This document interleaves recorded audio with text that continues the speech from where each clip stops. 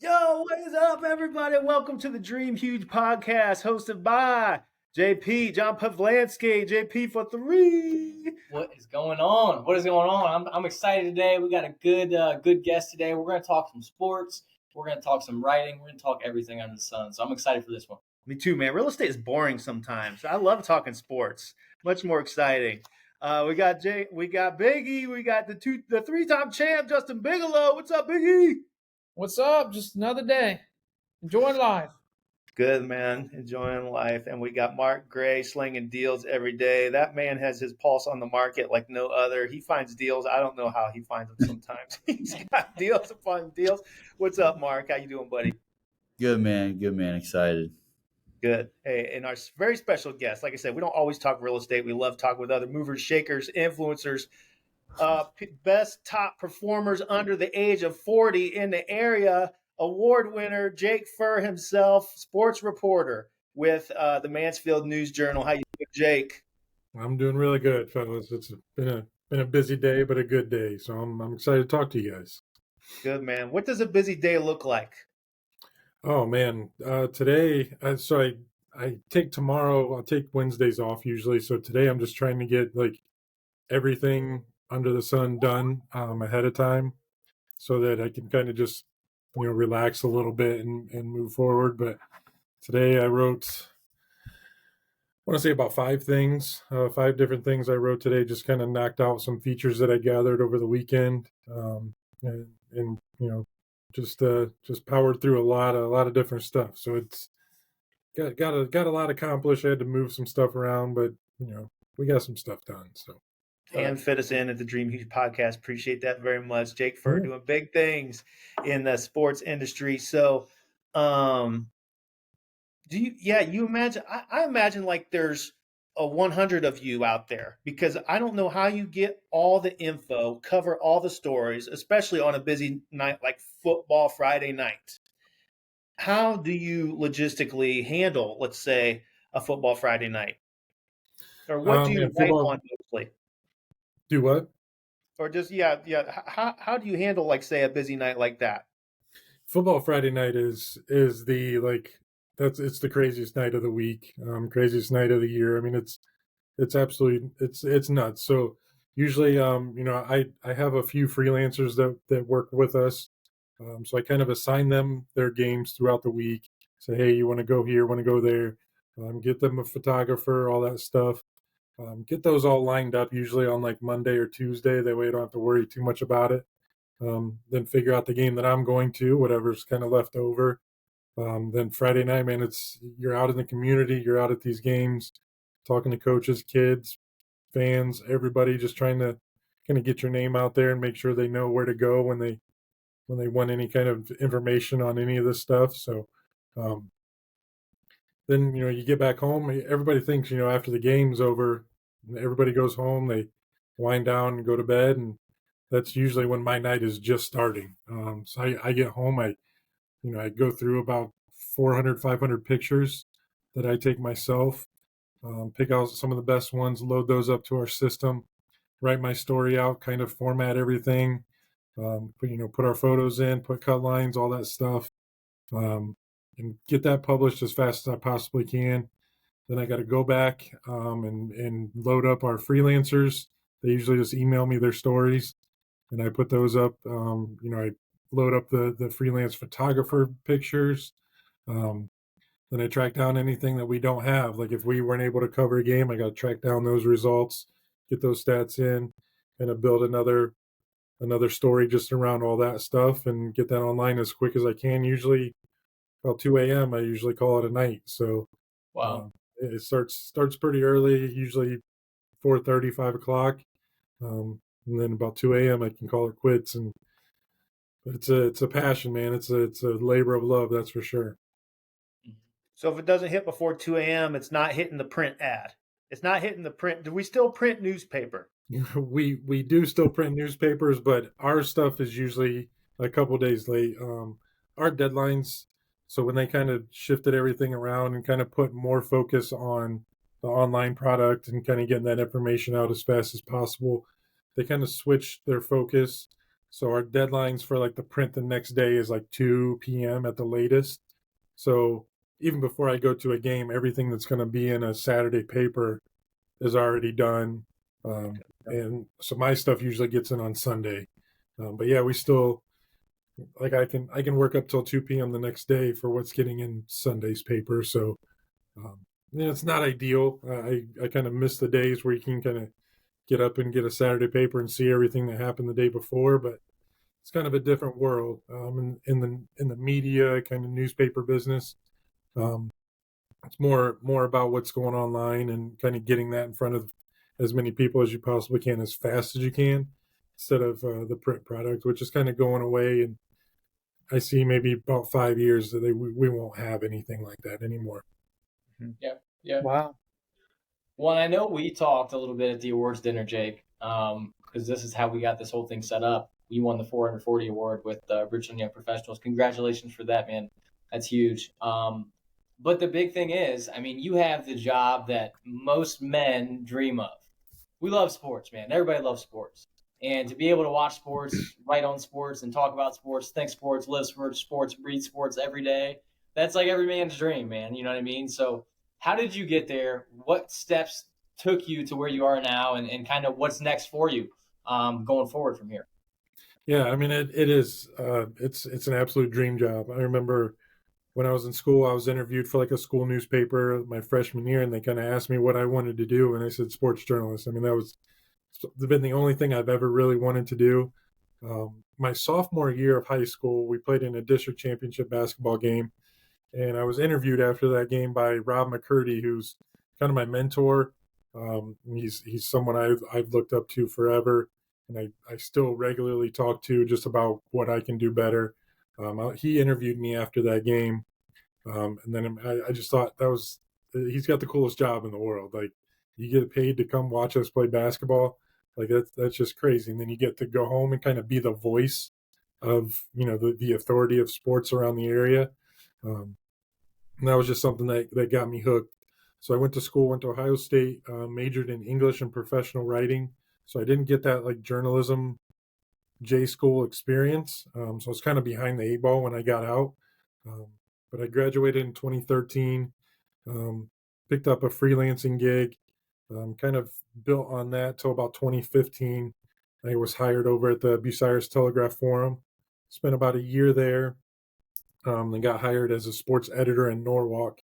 And that was covering kind of the conference that I grew up in, the conference I played in as a kid. So it was kind of like going home for me a little bit. Realized that a sports editor job isn't exactly what I wanted to do. I kind of just wanted to be the writer and that sort of thing, and not have all those extra responsibilities and stuff. So I left there after a year, got picked up at the News Journal, and been here since 2018, January of 2018. And honestly, like you said, what's next? And people ask me all the time if I want to move up, or if I want to, if I want to go cover the Browns or cover the Guardians or anything like that. And I'm like, not really, man. I enjoy this. I enjoy doing high school sports and kind of being in a personal area just so much. You create relationships that last a long time, and covering kind of those professional beats it seems more like a job than the fun that I have here. So I see myself here for a very long time, as long as they'll have me. I don't plan on going anywhere unless some really cool separate opportunity kind of comes up. But I'm kind of here for the long haul. I really love what I do, and hope I can stay in this area for a long time, because Mansfield, Richland County. I've lived here my entire life, and it's a really great place. Best city on earth, best county on earth, Richland County, Ohio, baby. Love it. Love it. Hey, Jake, you mentioned interviewing Pete Rose recently. And that's a topic of conversation because Pete is coming to town as a fundraiser for Ontario baseball. Tell us about your experience with Pete Rose. Yeah, man, it was nuts. So I got contacted by the people that's running this fundraiser. They asked me if I could kind of help them promote the event and stuff like that. And I said, of course, it's for the kids. It's raising money for something they want to do as an experience for their kids. Take them to Myrtle Beach, the Cal Ripken experience and all that stuff. And they offered, hey, would you want to interview Pete Rose? And I'm like, yeah, like that's kind of a no brainer. So I shot him a text I think it was on a Wednesday afternoon. I sent him a text and I said, hey, Mr. Rose, like I mean, I don't know what else to call him. I can't just call him Pete because the Hit guy's King. a legend. Mr. Hit King. Yeah. So I said, hey, Mr. Rose, you mind if we set up a time to sit down and talk a little bit? Just want to talk to you about this fundraiser, just kind of what your message is and all that stuff. And I didn't get a text back for like an hour or so. Then just out of the blue, man, he calls me. Like my phone lights up and it has Pete Rose right there. And I'm like, oh, this is about to get real. Like this is insane stuff right here. The crazy thing is I was at my parents' house because I just got done golfing with my dad. And I was at my parents' house and I didn't have my recorder on me. So usually, like whenever I interview somebody over the phone, I put it on speaker, put a recorder beside it. That way I don't miss anything. So as the phone is ringing, like I'm freaking out, like, oh man, I have no way to record this thing. So I run in, my mom's working from home. I run into her office, like, give me your phone right now. Pete Rose is calling me. So I grabbed her phone, found the recording device and kind of talked to him. And man, it was one of the most surreal conversations I've ever had. I mean, I'm a huge baseball guy. I love baseball.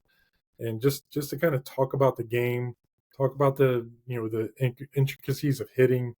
Man, it was incredible. I mean, the guy has a vast knowledge of the sport. I mean, he's the greatest hitter to ever live.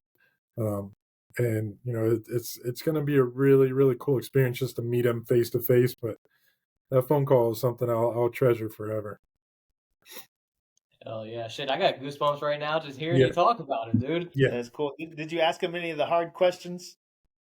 I didn't, man. I didn't want anything to be, any kind of bad blood. My first time ever talking to the guy, so I want to make sure I kind of develop something. I mean, when we got done talking, he's like, if you ever need anything else, just call me. And I'm like, that's one number that I'll never lose with my phone right there for sure. Smart.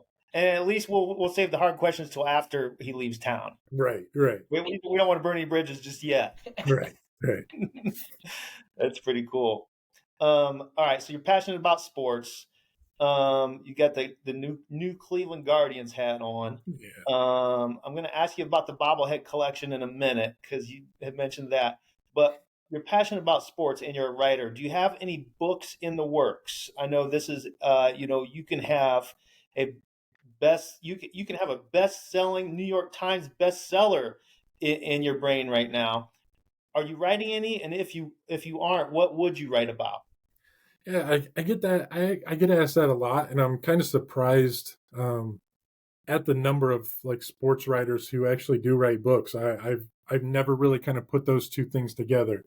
I kind of right now I kind of feel too busy to write a book. Maybe in the summer I can, that's when my time is freed up a little bit. But I haven't really given that a whole heck of a lot of thought.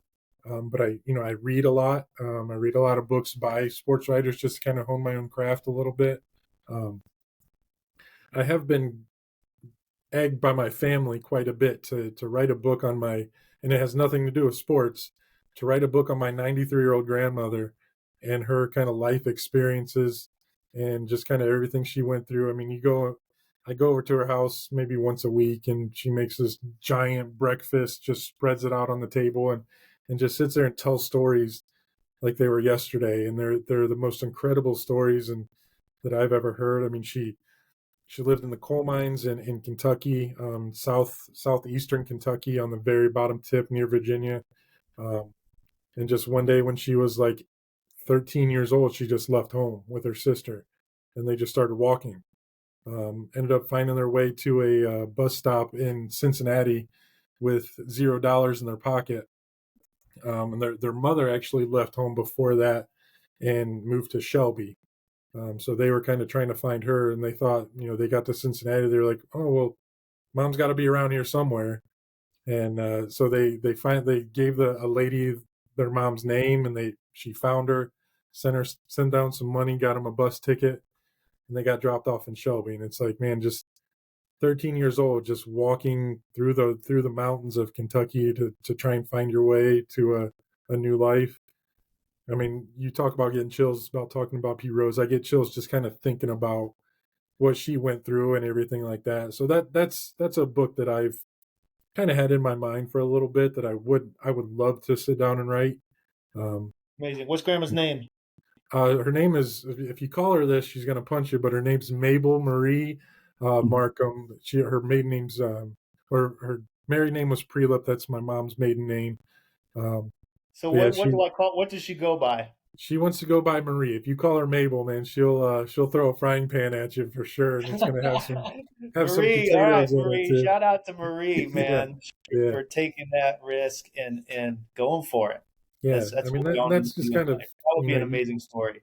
yeah. You kind of take that life experience and you see what she did to kind of work so hard to get to where she is now, and it's like just fuels you to do your best in everything you possibly do. That's right, man. We got no excuses. We got it made. We got no excuses Yeah. compared to Marie. Yeah. She made it happen. It's awesome. All right, show us the bobbleheads, dude. Yeah, man. Oh It's a my wall goodness. of bobbleheads. Yeah. Like 10 shelves. I got about, I'm not sure how many's up there. It's quite a few. So I started with like every single one that's been given away at the Cleveland, at the Jacobs Field, Progressive Field, everything that's been given away at a stadium, and just kind of branched out from there. But it's mostly Cleveland Indians, Cleveland Browns, and yeah, I mean it's a little hobby just to kind of keep me busy when I'm not doing sports, but it's kind of fun. Do you go to the games or do you buy them aftermarket or a little bit of both?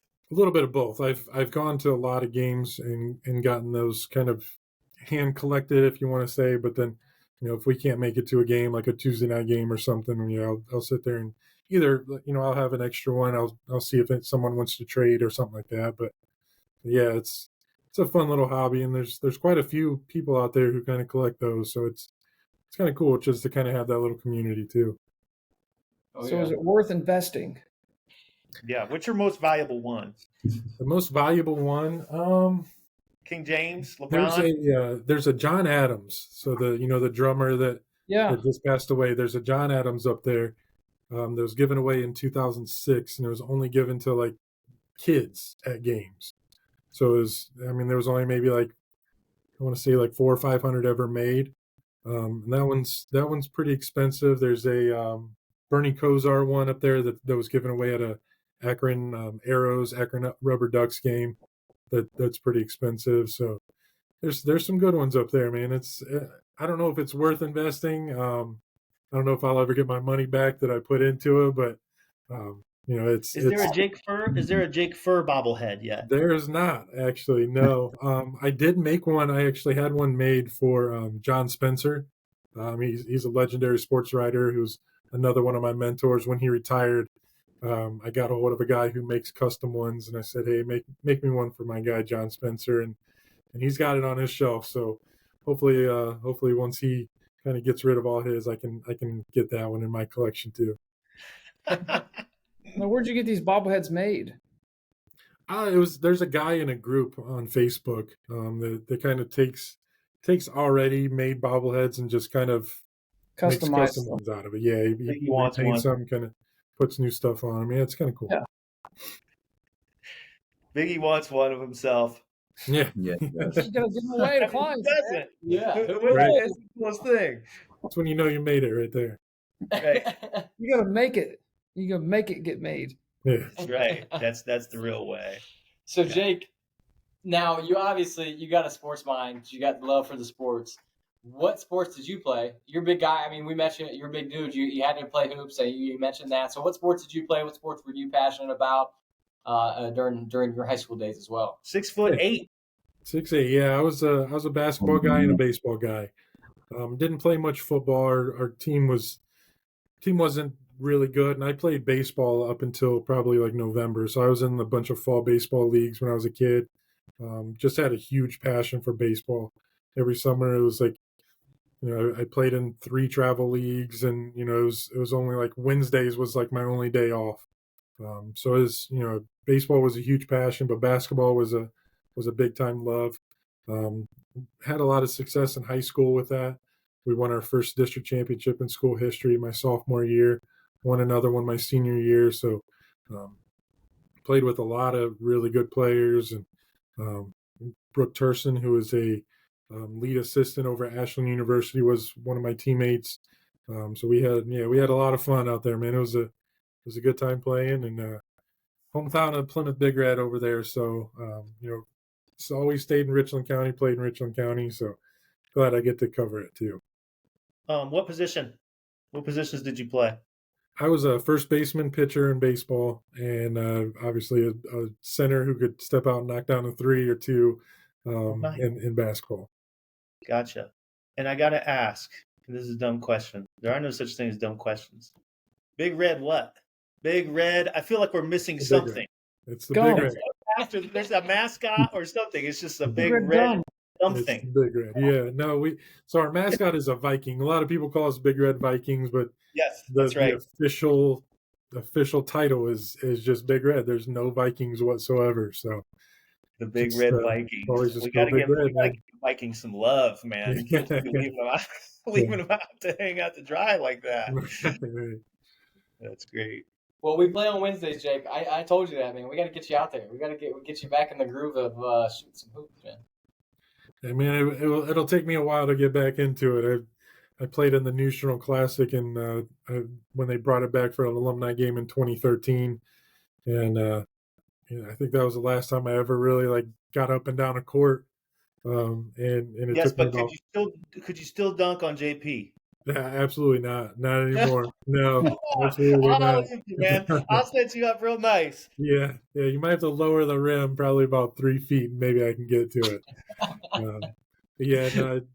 And it took me like 5 days to recover from that. So I was like, I think my basketball days are over. But I wouldn't mind getting back out there a little bit. You got Wednesdays off, man. So I'm gonna hold you to it. You got to make it happen. Yep. Yeah. You just go easy. That's what I would say. I'm going to go easy. Right. You know how that ends up. Yeah. Yeah. That's like when I started CrossFit 9 months ago. The first 2 weeks was like, that's not too bad. And then it finally kicked all in, and I basically died. You can come back anytime, Biggie, man. We'd love to have you. I know. Me and Mark still going strong. Listen up. Yeah. All right, man. Hey, we're running up on, what are we? Oh, over 20 minutes already. Jake, I know you're busy, man. Hey, is there anything else you want to touch on? Any final thoughts from anyone? I just want to kind of encourage people to kind of support local journalism. I know it's a dying field. It's kind of a dying thing, newspapers especially. But I just encourage people to get out there and kind of support local journalism. Make sure you get the information that you want, that you need from the right people. Because without journalists, it's kind of all hearsay on Facebook, and that's about it. So, I would really appreciate if you guys just kind of get out there and support some local journalism. So how can we support you per se and or follow you? Yeah, we have a website, News Journal, MansfieldNewsJournal.com. You can go on there, just click on the sports tab, and all my stuff will show up right there. A lot of stuff is behind a paywall, a subscription paywall, which an online subscription is relatively cheap. They run deals for like 99 cents for 3 months kind of thing. But yeah, just kind of, keep, buy a subscription and kind of follow us along. You can follow me on Facebook, Jake Furr, sports reporter, and then on Twitter or X, whatever it's called now, at Jake Furr 11. I post all my stuff up there, put out some, key information on anything else you need. But yeah, just a lot of support would be really, really appreciated. Absolutely, man. Love to support you. 100%. All right, y'all. Hey, thank you, Jake Furr. Appreciate you very much. Thank you, Mark Gray. Thank you, Justin Bigelow. Thank you, John Pavlansky. Appreciate y'all very much. Myself, Pete Peterson. Thank you for listening and watching to the Dream Future podcast. As always, remember to like, subscribe, and share. And remember the rules. Work hard, never give up, and dream huge, baby. Throw them up, Jake. Let's see the guns, Jake. There you go. Jake Furr, baby. Thank you, man. Yep. Oh. That won't mess it up, will it?